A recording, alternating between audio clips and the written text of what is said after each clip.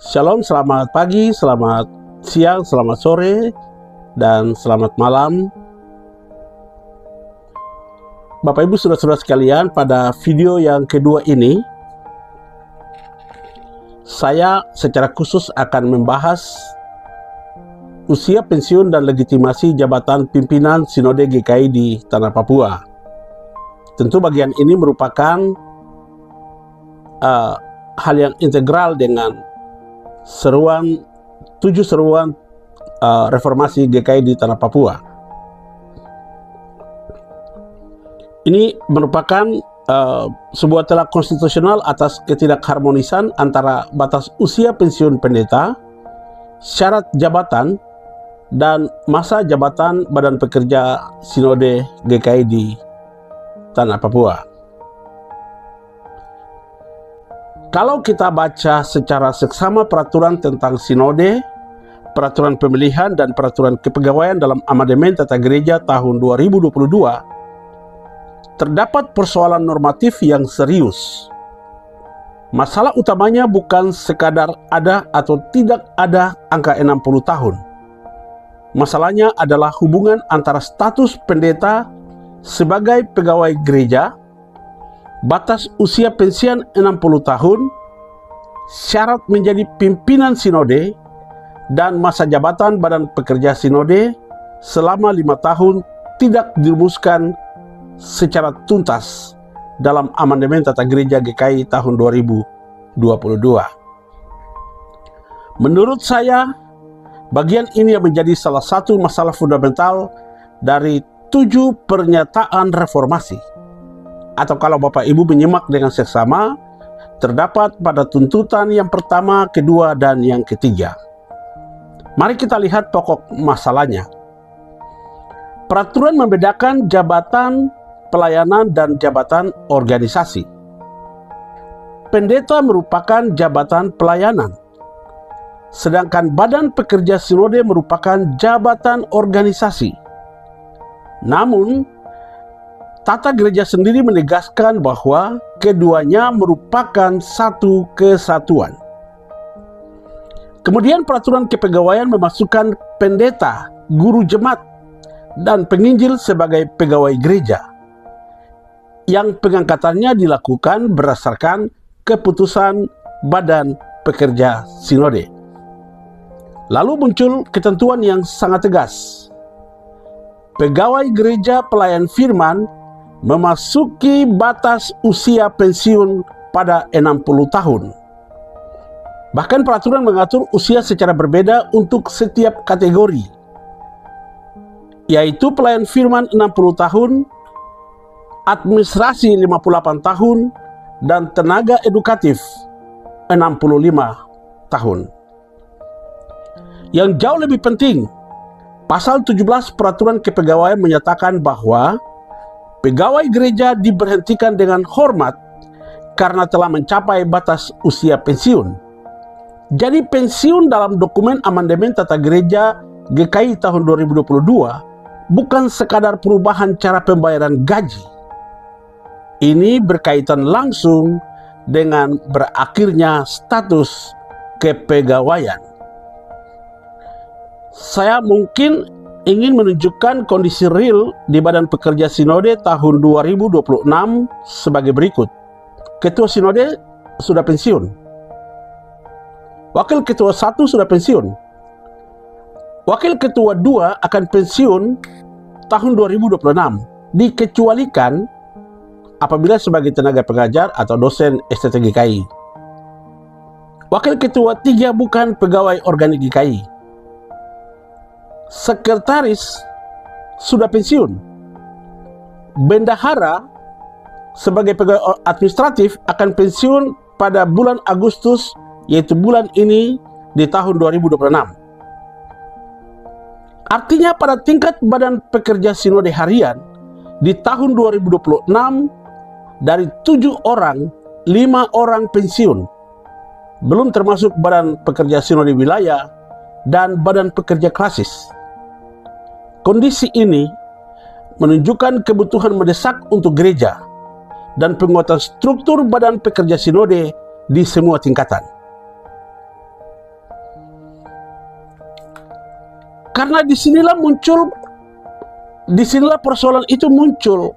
Sekurang-kurangnya ada 10 persoalan yang perlu dibahas. Yang pertama, pimpinan sinode tertentu diwajibkan berstatus pegawai GKI dalam jabatan pendeta. Untuk menjadi ketua BPS, salah satu syaratnya adalah berstatus pegawai GKI di Tanah Papua dalam jabatan pendeta. Ketentuan yang sama berlaku bagi wakil ketua 1 dan wakil ketua 2. Sekretaris Badan Pekerja Sinode juga harus berstatus pegawai GKI di Tanah Papua dalam jabatan pendeta. Wakil sekretaris pun demikian. Artinya, status sebagai pegawai GKI dalam jabatan pendeta bukan unsur tambahan yang tidak penting. Status itu merupakan salah satu syarat formal untuk menduduki jabatan tersebut. Maka muncul pertanyaan konstitusional yang sangat mendasar. Jika seseorang pada usia 60 tahun harus diberhentikan dengan hormat sebagai pegawai gereja karena pensiun, bagaimana mungkin setelah kehilangan status pegawai tersebut, ia tetap memenuhi syarat jabatan Badan Pekerja Sinode yang justru mensyaratkan dirinya berstatus pegawai GKI dalam jabatan pendeta. Yang kedua, masalahnya diperumit oleh batas usia pencalonan 45 sampai dengan 60 tahun. Untuk ketua BPS, peraturan menetapkan usia paling rendah 45 tahun dan paling tinggi 60 tahun pada saat mencalonkan diri dan atau dicalonkan. Wakil ketua 1, 2 juga dapat dicalonkan sampai usia 60 tahun. Sekretaris juga sampai usia 60 tahun. Wakil sekretaris juga demikian. Tetapi masa jabatan BPS adalah 5 tahun. Peraturan ini bahkan memungkinkan seorang anggota BPS dipilih kembali untuk 5 tahun berikutnya dengan batas keseluruhan 2 periode. Maka secara matematis dan normatif muncul persoalan atau masalah. Misalnya seorang pendeta berusia 56 tahun terpilih menjadi ketua Badan Pekerja Sinode. Menurut aturan pencalonan, ia sah menjadi calon ketua karena masih berada di bawah 60 tahun. Tetapi 4 tahun kemudian, ia berusia 60 tahun. Menurut peraturan kepegawaian, pada usia tersebut, ia memasuki pensiun sebagai pegawai pelayan firman. Padahal, masa jabatan BPS-nya masih tersisa 1 tahun. Lalu pertanyaannya, apakah ia tetap menjadi ketua Badan Pekerja Sinode sampai usia 61 tahun? Jika jawabannya iya, dasar hukumnya di mana? Jika jawabannya tidak, bagaimana mekanisme penggantinya? Dokumen Amandemen Tata Gereja GKI tahun 2022 tidak menyelesaikan pertanyaan ini secara tegas. Itulah yang menurut saya dapat disebut sebagai kekosongan norma atau ketidakharmonisan internal peraturan. Yang ketiga, justru penjelasan peraturan memperlihatkan persoalan itu. Dalam penjelasan peraturan tentang sinode mengenai batas usia pencalonan, dinyatakan bahwa batas usia pencalonan merujuk kepada jabatan pelayanan sehingga seseorang dapat dipilih sampai batas usia 60 tahun. Penjelasan serupa muncul beberapa kali untuk jabatan-jabatan BPS lainnya. Kalimat kuncinya adalah dapat dipilih sampai batas usia 60 tahun, bukan dapat terus menjalankan jabatan BPS setelah melewati usia 60 tahun sampai masa jabatan berakhir. Kedua istilah ini berbeda secara hukum. Yang kedua, seharusnya mengatur kelanjutan jabatan setelah memasuki usia pensiun. Ketentuan kedua itu tidak ada dalam dokumen amandemen Tata Gereja GKI 2022. Yang keempat, frasa cukup jelas. Pada pasal 50 tidak berarti boleh menjabat setelah pensiun. Bahwa dalam bagian penjelasan peraturan kepegawaian, pasal 50 hanya diberi keterangan cukup jelas. Justru menurut teknik pembacaan norma, kata cukup jelas tidak menciptakan aturan baru.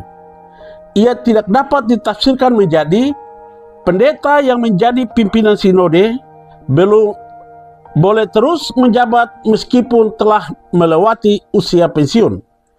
Kalimat seperti itu tidak ada. Pasal 50 sendiri sudah mengatakan secara langsung bahwa batas usia pensiun pegawai gereja pelayan firman adalah 60 tahun.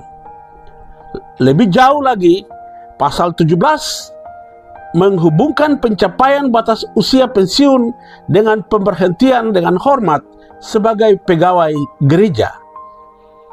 Karena itu, frasa cukup jelas menurut saya justru memperkuat bahwa tidak terdapat pengecualian khusus bagi ketua sinode, sekretaris sinode, wakil ketua 1 dan 2, atau pejabat badan pekerja sinode yang telah mencapai usia pensiun. Kalau panitia amandemen tahun 2022 menghendaki pengecualian itu seharusnya ada karena ditulis. Yang kelima, ada dua aturan yang secara praktis bertabrakan. Bisa kita sederhanakan seperti ini. Kalau kita lihat norma, peraturan kepegawaian, pendeta adalah pegawai gereja. Usia pensiun, pelayan firman pensiun pada usia 60 tahun. Akibat pensiun, diberhentikan dengan hormat sebagai pegawai gereja. Syarat ketua BPS harus berstatus pegawai GKI dalam jabatan pendeta. Syarat sekretaris BPS harus berstatus pegawai GKI dalam jabatan pendeta. Usia pencalonan boleh dicalonkan sampai usia 60 tahun. Masa jabatan BPS 5 tahun. Persoalannya sekarang menjadi jelas. Bagaimana seseorang yang sudah tidak lagi berstatus pegawai aktif karena pensiun dapat terus memenuhi syarat jabatan yang mewajibkannya berstatus pegawai GKI dalam jabatan pendeta? Ini pertanyaan yang menurut saya harus dijawab oleh Badan Pekerja Sinode, Badan Pertimbangan Gereja, dan ahli tata gereja sekarang ini. Yang keenam, ada dua kemungkinan tafsir, tetapi salah satunya jauh lebih problematis.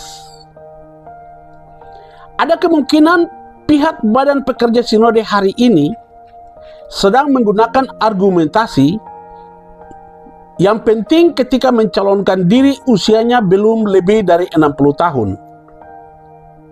Setelah terpilih, masa jabatan 5 tahun harus diselesaikan. Argumentasi itu memang dapat muncul karena peraturan menggunakan kalimat pada saat mencalonkan diri dan atau dicalonkan. Tetapi argumentasi tersebut menghadapi masalah besar. Sebab syarat jabatan tidak hanya soal usia. Ketika Badan Pekerja Sinode juga harus berstatus pegawai GKI di Tanah Papua dalam jabatan pendeta, maka jika pada usia 60 tahun status pegawainya berakhir karena pensiun, salah satu syarat substantif yang mendasari jabatannya tidak lagi terpenuhi. Tidak konsisten jika aturannya dibaca, batas umur hanya diperiksa pada waktu pencalonan, tetapi sekaligus mengabaikan status pegawai yang diwajibkan untuk jabatan tersebut. Yang ketujuh, penafsiran yang paling konsisten adalah usia 60 tahun harus menjadi batas nyata. Jika seluruh peraturan dibaca sebagai satu sistem, menurut saya, interpretasi yang lebih konsisten adalah seorang pendeta dapat dicalonkan menjadi BPS sebelum mencapai batas pensiun. Tetapi ketika ia mencapai usia pensiun, dan kehilangan status aktif sebagai pegawai gereja, kelanjutan jabatan organisasinya harus memiliki dasar aturan khusus. Kalau dasar khusus itu tidak ada, tidak dapat begitu saja diasumsikan bahwa mandat jabatan otomatis mengalahkan aturan pensiun. Ini hal yang sangat penting. Peraturan khusus tentang pencalonan tidak otomatis menghapus peraturan tentang pensiun. Untuk menghapus atau mengecualikan aturan pensiun, seharusnya ada norma eksplisit. Misalnya, pegawai pelayan firman yang terpilih menjadi badan pekerja sinode sebelum mencapai usia 60 tahun tetap melaksanakan jabatan sampai berakhirnya periode meskipun telah memasuki usia pensiun. Saya tidak menemukan dokumen amandemen tata gereja GKI tahun 2022 klausul ini.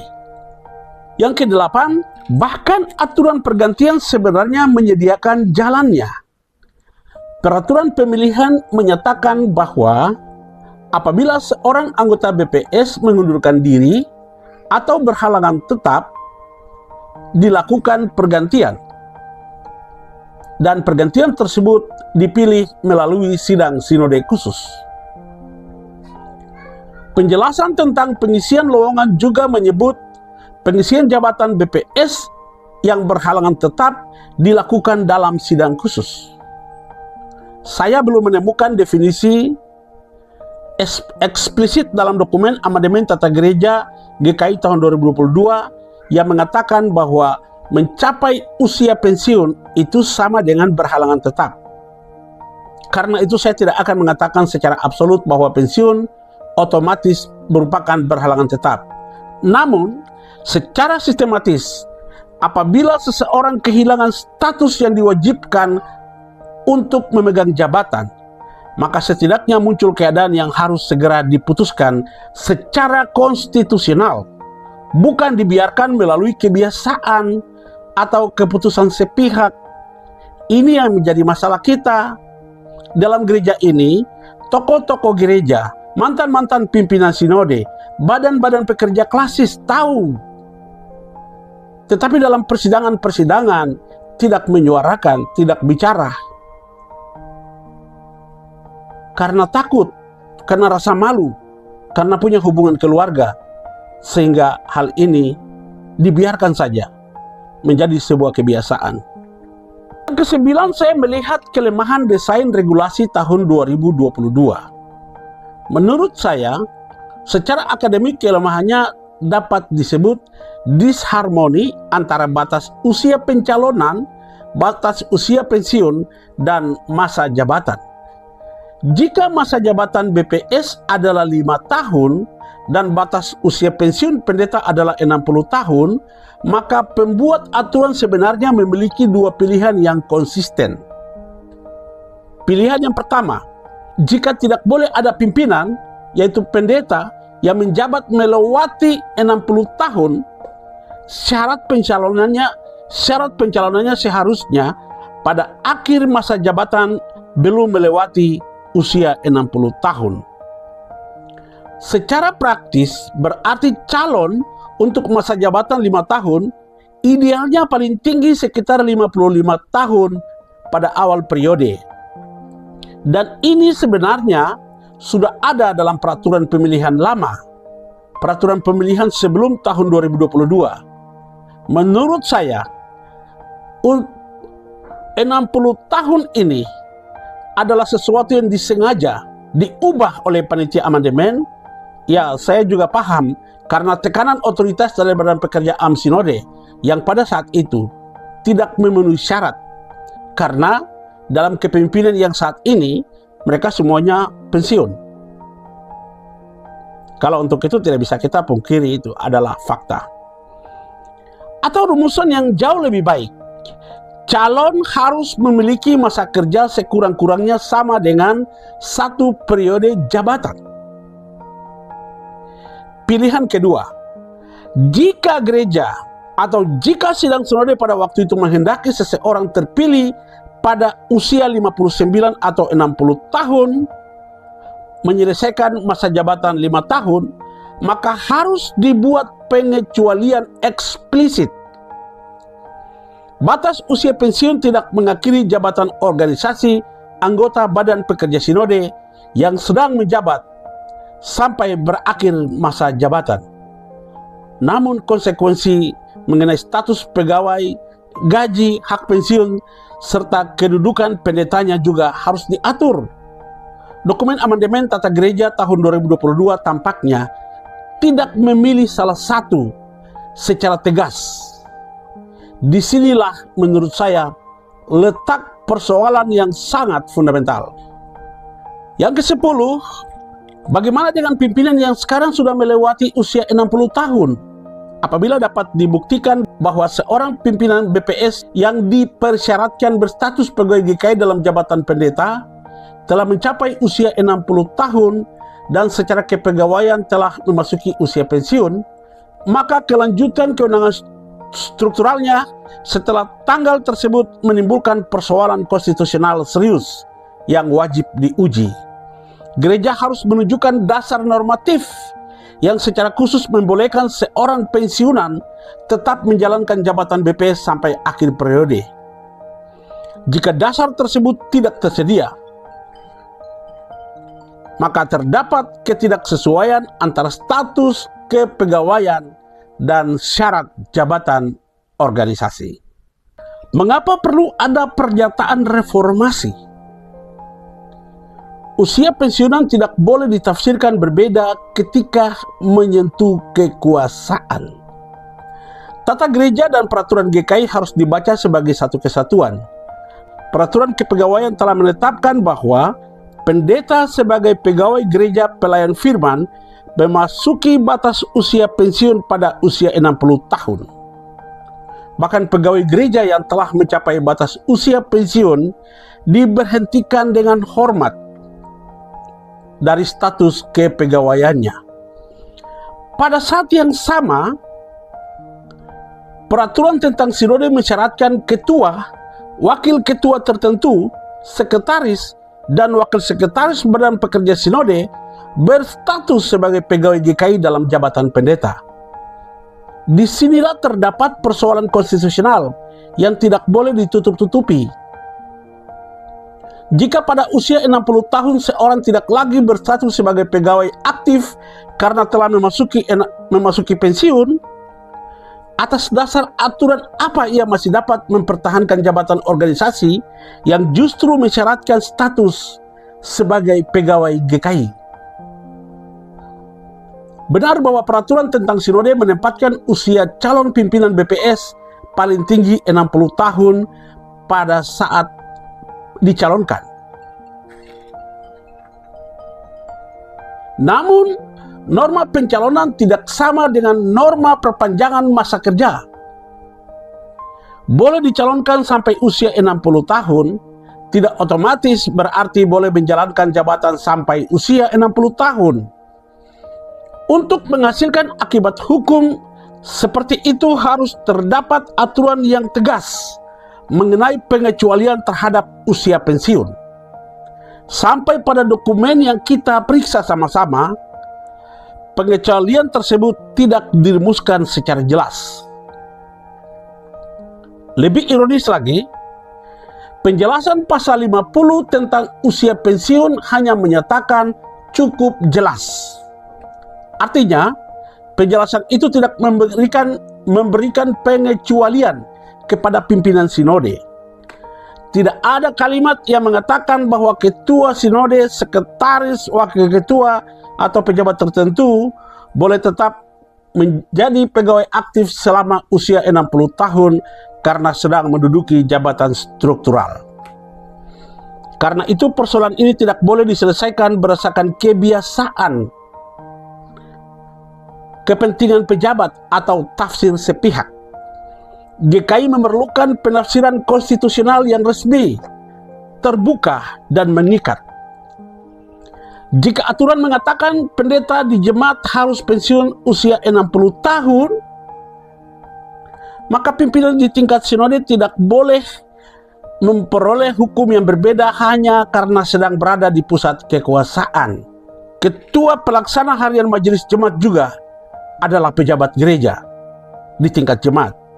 Tata gereja tidak boleh memiliki satu wajah untuk jemaat dan satu wajah lainnya untuk klasis dan pimpinan sinode.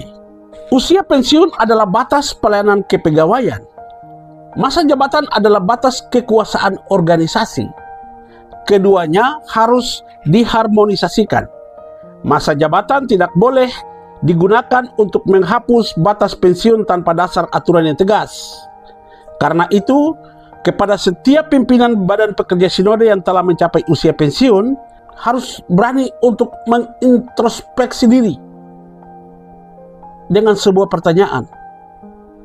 Apa status kepegawaian saya sekarang? Apa dasar hukum saya masih menjalankan jabatan ini? Apa dasar saya masih menjalankan kewenangan administratif?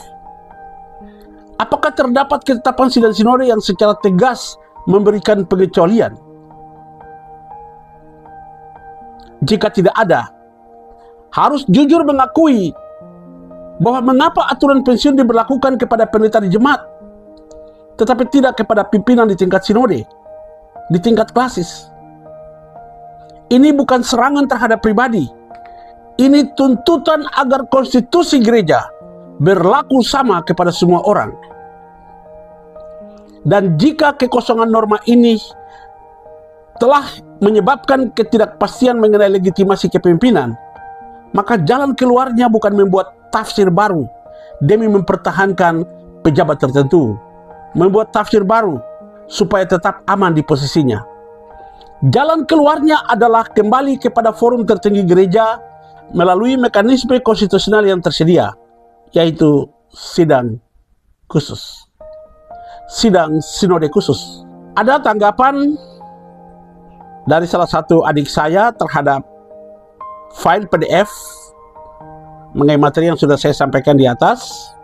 Memberikan komentar, tidak memiliki asas legalitas yuridis dalam tata gereja, peraturan tentang sinode dan peraturan kepegawaian GKI di Tanah Papua, artinya tidak ada norma eksplisit tentang usia pensiun dan atau angka usia 58 tahun bagi pegawai struktural dan angka usia 60 tahun bagi pegawai fungsional GKI di Tanah Papua yang hanya dituliskan dalam persyaratan calon badan pekerja sinode dan atau badan pekerja klasis dan atau badan pengawas perbedaan gereja tidak dapat secara otomatis diperluas dan atau menjadi norma dan klausul yuridis bahwa pertama, menurut dia, batas usia pensiun pegawai struktur GKI di Tanah Papua adalah 58 tahun dan batas usia pensiun pegawai fungsional GKI di Tanah Papua adalah 60 tahun. Karena dalam hukum organisasi berlaku prinsip norma harus tegas, tidak boleh diperluas dengan asumsi. Yang ketiga, apakah hal ini menjadikan delik hukum? Menurutnya tidak, karena delik hukum dipakai dalam hukum pidana, pelanggaran atau kejahatan. Namun, kasus ini adalah terjadi dan atau adanya kekosongan norma legal vakum atau ketidakjelasan pengaturan gray area, dengan kesimpulan tidak ada pelanggaran hukum, tetapi yang ada ialah potensi sengketa hukum. Yang keempat, menurutnya posisi hukum yang paling kuat adalah harus ada keputusan lembaga, dalam hal ini sidang sinode dan badan pekerja sinode selaku mandataris sidang sinode sebagai penafsir resmi norma selama tidak bertentangan dengan aturan tertulis. Dengan penegasan pernyataan bahwa badan pekerja sidang sinode mempunyai kewenangan diskresi untuk menetapkan kebijakan penegasan melalui keputusan karena belum ada aturan eksplisit. Inilah jawaban saya kepada saudara saya atas tanggapannya. Pertama, saya berterima kasih atas tanggapan adik ini. Namun ada satu premis yang perlu kita luruskan. Persoalan ini bukan karena tata gereja dan peraturan kepegawaian sama sekali tidak memiliki norma eksplisit tentang usia pensiun. Peraturan kepegawaian GKI di Tanah Papua justru secara tegas menetapkan batas usia pensiun pegawai pelayan firman 60 tahun, pegawai administrasi 58 tahun, dan tenaga edukatif 65 tahun. Mencapai batas usia pensiun juga menjadi salah satu alasan pemberhentian dengan hormat. Karena itu, secara normatif, batas usia pensiun bukan hasil perluasan dari persyaratan calon badan pekerja sinode atau badan pekerja klasis. Tetapi ini merupakan norma kepegawaian yang berdiri sendiri. Yang menjadi kekosongan norma bukan keberadaan usia pensiun, melainkan akibat hukum dari pensiun tersebut terhadap jabatan struktur badan pekerja sinode apabila masa jabatan 5 tahun belum selesai. Disinilah saya justru sepakat dengan adik terkasih bahwa terdapat legal vakum atau gray area. Tata gereja tidak secara eksplisit menyatakan bahwa seorang anggota BPS otomatis kehilangan jabatan ketika mencapai usia pensiun, tetapi juga tidak memberikan pengecualian bahwa seorang pendeta yang menjadi BPS boleh tetap berstatus pegawai aktif selama usia pensiun.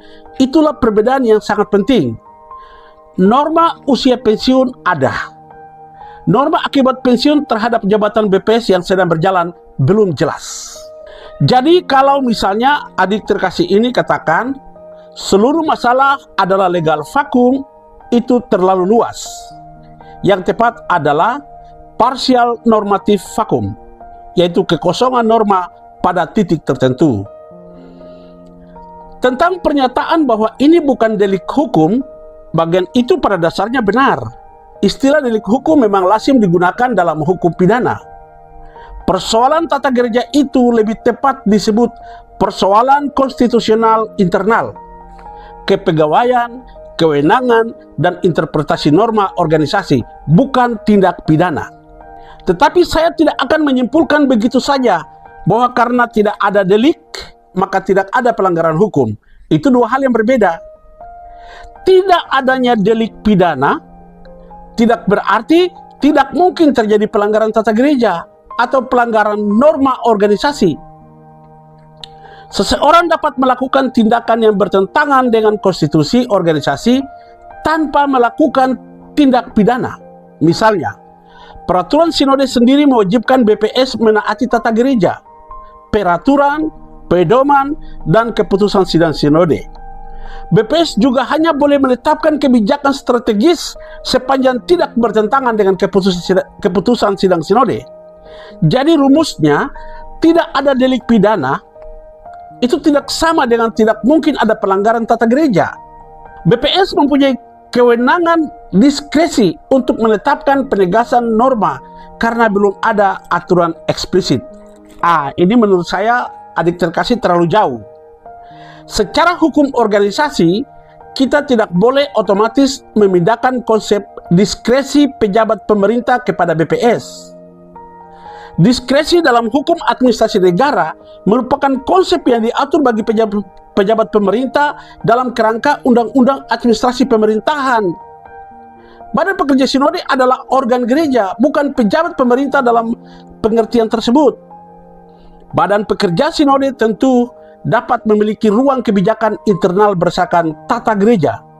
Tapi ini yang perlu diingat, ruang itu harus dicari di dalam tata gereja dan peraturan GKI sendiri, bukan diasumsikan dari doktrin diskresi administrasi negara. Lebih penting lagi, peraturan sinode tahun 2022 mengatakan bahwa sidang sinode adalah organ yang menetapkan tata gereja dan peraturan, sedangkan Badan Pekerja Sinode adalah mandataris yang menjalankannya. Karena itu, jika terdapat kekosongan norma yang menyentuh status dan legitimasi Badan Pekerja Sinode sendiri, secara teori tata kelola ada persoalan konflik of interest. Jika Badan Pekerja Sinode sekaligus menjadi pihak yang menafsirkan kekosongan tersebut secara final untuk dirinya sendiri. Saya kurang sependapat apabila kekosongan norma tersebut langsung dijadikan dasar untuk memberikan kewenangan diskresi final kepada BPS. BPS memang memiliki kewenangan kebijakan, tetapi kewenangan kebijakan itu dibatasi oleh tata gereja dan keputusan sidang sinode. Apalagi persoalan yang hendak ditafsirkan menyangkut status hukum dan keberlanjutan jabatan BPS sendiri, maka penafsiran sepihak BPS berpotensi menimbulkan konflik kepentingan konstitusional. Ada dasar tekstual yang kuat. Tata gereja menyatakan sidang sinode merupakan tempat pengambilan keputusan tertinggi dan bertugas menetapkan tata gereja dan peraturan. Jadi, lebih tepat jika hierarkinya dipahami, sidang sinode, pembentuk atau penetap norma, badan pekerja sinode, mandataris atau pelaksana norma, dan badan pekerja sinode tidak boleh berubah menjadi pelaksana norma, penafsir final norma, pihak yang berkepentingan terhadap norma tersebut. Ini salah. Karena itu saya akan merumuskannya dalam 5 poin untuk menjawab pertanyaan atau untuk menanggapi tanggapan dari adik terkasih. Yang pertama, norma usia pensiun ada secara eksplisit, jadi bukan legal vakum mengenai usia 60 atau 58 tahun. Yang kedua, kekosongan norma terletak pada akibat pensiun terhadap jabatan badan pekerja sinode yang masa jabatannya belum selesai. Yang ketiga, tidak adanya delik pidana tidak berarti otomatis tidak ada persoalan konstitusional atau pelanggaran tata gereja. Yang keempat, badan pekerja sinode tidak dapat begitu saja mengklaim diskresi seperti pejabat administrasi negara. Ruang kebijakan BPS harus bersumber pada tata gereja dan peraturan. Jika persoalan menyangkut keberlanjutan jabatan BPS sendiri, penafsiran final sebaiknya dikembalikan kepada mekanisme sidang sinode agar menghindari konflik kepentingan. Jadi, persoalannya bukan apakah norma usia pensiun ada atau tidak. Norma itu ada dan tegas. Persoalan yang belum diatur adalah hubungan antara berakhirnya status kepegawaian karena pensiun dan keberlanjutan jabatan badan pekerja sinode. Karena kekosongan itu menyangkut legitimasi organ yang sama, penyelesaiannya tidak ideal dilakukan melalui penafsiran sepihak badan pekerja sinode, tetapi melalui mekanisme konstitusional. Gereja yang mempunyai legitimasi lebih tinggi, yaitu sidang sinode, atau untuk konteks ini, sidang sinode khusus. Ada juga pertanyaan dari salah satu saudara saya. Dia memberikan 2 pertanyaan. Yang pertama, siapa yang melaksanakan sidang sinode? Yang kedua, apakah pimpinan badan pekerja sinode yang telah mencapai usia pensiun tetap menjalankan jabatan otomatis dapat diberhentikan tidak dengan hormat? Saya menjawabnya singkat saja. Untuk pertanyaan pertama, siapa yang melaksanakan sidang sinode khusus? Berdasarkan peraturan tentang sinode GKI di Tanah Papua, badan pekerja sinode merupakan pihak yang menyelenggarakan sidang sinode khusus dalam keadaan tertentu. Namun ketika persidangan berlangsung, sidang dipimpin oleh majelis sidang sinode. Sidang khusus juga merupakan mekanisme resmi untuk menangani pergantian anggota BPS dan dalam kondisi tertentu pengambil alihan kepemimpinan badan pekerja sinode.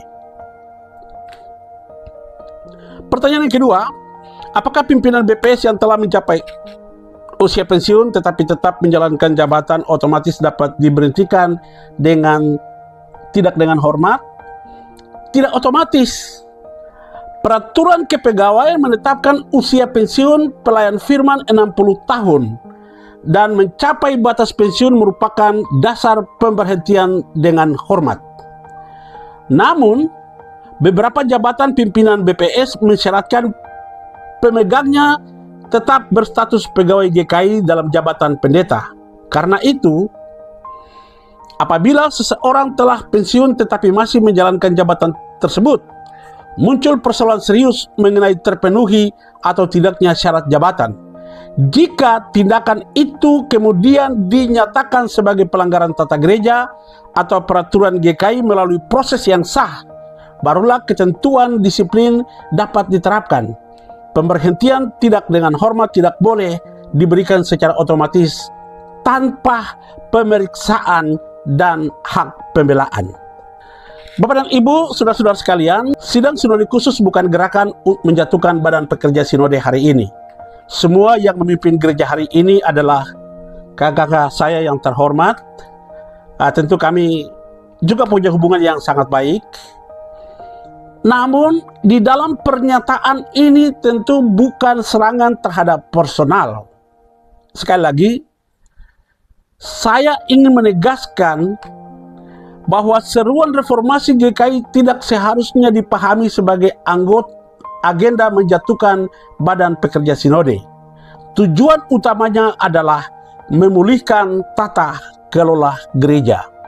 Jika sidang sinode khusus pada akhirnya meneguhkan badan pekerja sinode hari ini untuk melakukan tugasnya sampai di Waisai, keputusan itu harus dihormati oleh siapapun. Jika sidang sinode khusus memberikan koreksi, koreksi itu harus diterima oleh siapapun. Jika sidang sinode khusus memutuskan penataan kembali kepemimpinan, keputusan itu pun harus dilaksanakan. Dengan demikian, yang menentukan bukan kehendak Pak Ibo, bukan kehendak kelompok reformasi GKI, bukan kehendak 1-2 orang, bukan kehendak satu klasis, bukan kehendak 1 orang badan pekerja sinode, atau bukan kehendak badan pekerja sinode hari ini. Yang menentukan adalah persidangan gereja sesuai tata gereja. Jangan biarkan ketidakjelasan menjadi tradisi. Apabila ketidakharmonisan tata gereja dibiarkan tanpa penyelesaian, persoalan yang sama akan terus berulang pada masa mendatang. Hari ini persoalannya mungkin tentang usia pensiun.